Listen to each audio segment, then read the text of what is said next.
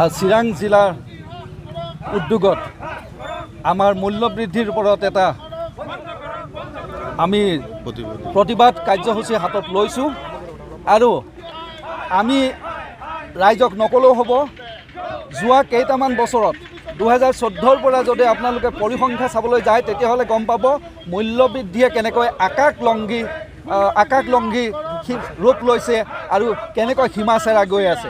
যি চিলিণ্ডাৰৰ মূল্য আছিল এটা সময়ত 2015-16 চনত 500 টকা, সেই চিলিণ্ডাৰৰ মূল্য হ'ল গৈ এতিয়া 1200 টকা।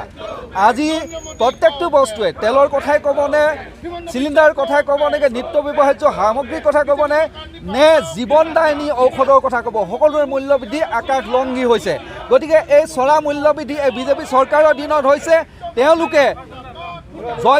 তেওঁলোকে উন্নতিৰ জয়গান গাইছে ঠিকেই, কিন্তু মূল্য বৃদ্ধি ৰোধ কৰিব পৰা নাই। আৰু যোগান বিভাগ আমি দেখিছোঁ সম্পূৰ্ণৰূপে ব্যৰ্থ হৈছে এই ক্ষেত্ৰত মূল্য বৃদ্ধি নিয়ন্ত্ৰণ কৰাত।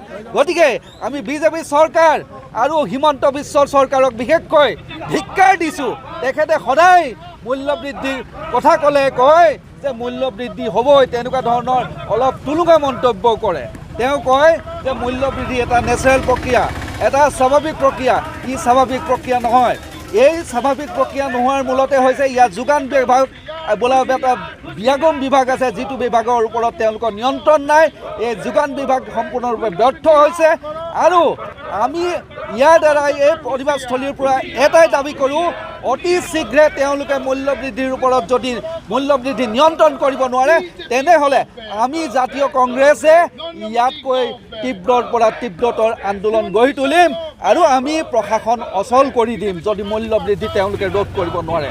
মই ইমানকে ক'লোঁ আৰু আপোনালোক সকলোকে ধন্যবাদ দি এটাই বক্তব্য দিওঁ, আপোনালোকৰ এই মূল্য বৃদ্ধিৰ ওপৰত বিশেষকৈ আমাৰ মিডিয়াৰ বন্ধুসকলে যি ধৰণে প্ৰচাৰ কৰিব লাগে সেই ধৰণে প্ৰচাৰ কৰি যাতে আমাৰ মূল্য বৃদ্ধি ৰোধ কৰাৰ সহায় কৰে আৰু মূল্য বৃদ্ধি ৰোধ কৰি জনসাধাৰণক সকাহ দিয়ে। ইয়াকে কৈ মোৰ বক্তব্য সামৰিলোঁ। এটা কথা স্পষ্টভাৱে জনাইছোঁ, হিমন্ত বিশ্ব শৰ্মাৰ যি হঠকাৰী সিদ্ধান্ত পানীৰ বটলত ওপৰত টেক্স লগাৰ নতুন এটা ষড়যন্ত্ৰ আৰম্ভ কৰিছে। তেওঁক কৈছোঁ যে বহিৰাগত কোম্পানীসকলে মিঠাতেল কোম্পানীৰ মালিকসকলৰ ক্ষেত্ৰত তেওঁৰ পদক্ষেপ কি হ'ব স্পষ্ট কৰক। আজিৰ তাৰিখত মূল্য বৃদ্ধি ইমানেই হৈছে যে মিঠাতেল 1 লিটাৰ মিঠাতেল কিনিব পৰা সাধাৰণ গাঁৱলীয়া ৰাইজৰ অৱস্থা নাই।